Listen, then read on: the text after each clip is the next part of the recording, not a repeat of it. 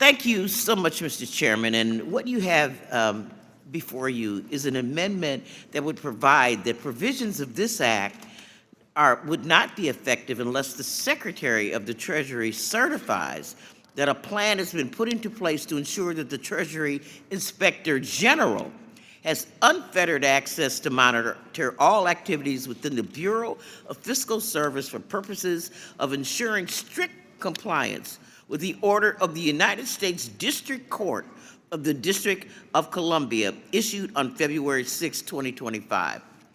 Mr. Chairman, the reason that this amendment was necessary is because the underlying provisions of this bill are to ensure that the robbers that steal people's checks are unable to do it. But the robber barons are at the door within the Treasury Department. If we look at a timeline of activities, we saw literally DOGE employees push Treasury employees aside, push them out of their seats and demand access, and at that point with the read-write ability to access the Treasury Department files.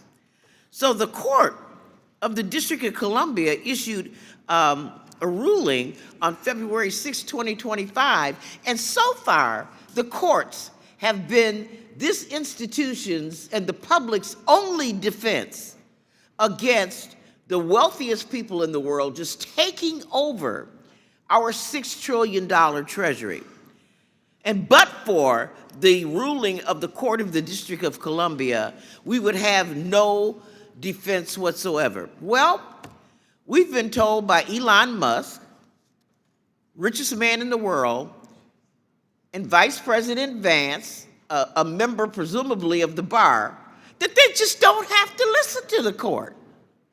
That they can just, bypass the last defense that we have against Elon Musk deciding which payments he will make, which payments he will not make, and perhaps even which payments will be upped and increased based on their discretion. So the only thing that this bill does is provide the Inspector General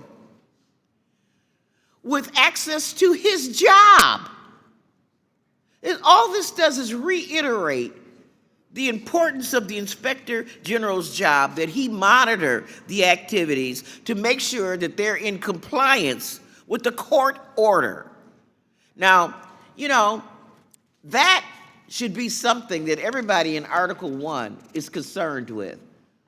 If we don't have any standing in court as members of Congress to protect our voted upon, agreed upon appropriations, our only line of defense then is the court.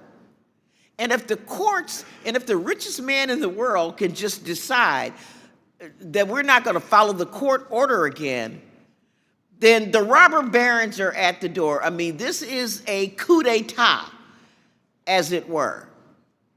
And so I would urge all of the members to join me in empowering the Inspector General to do his job.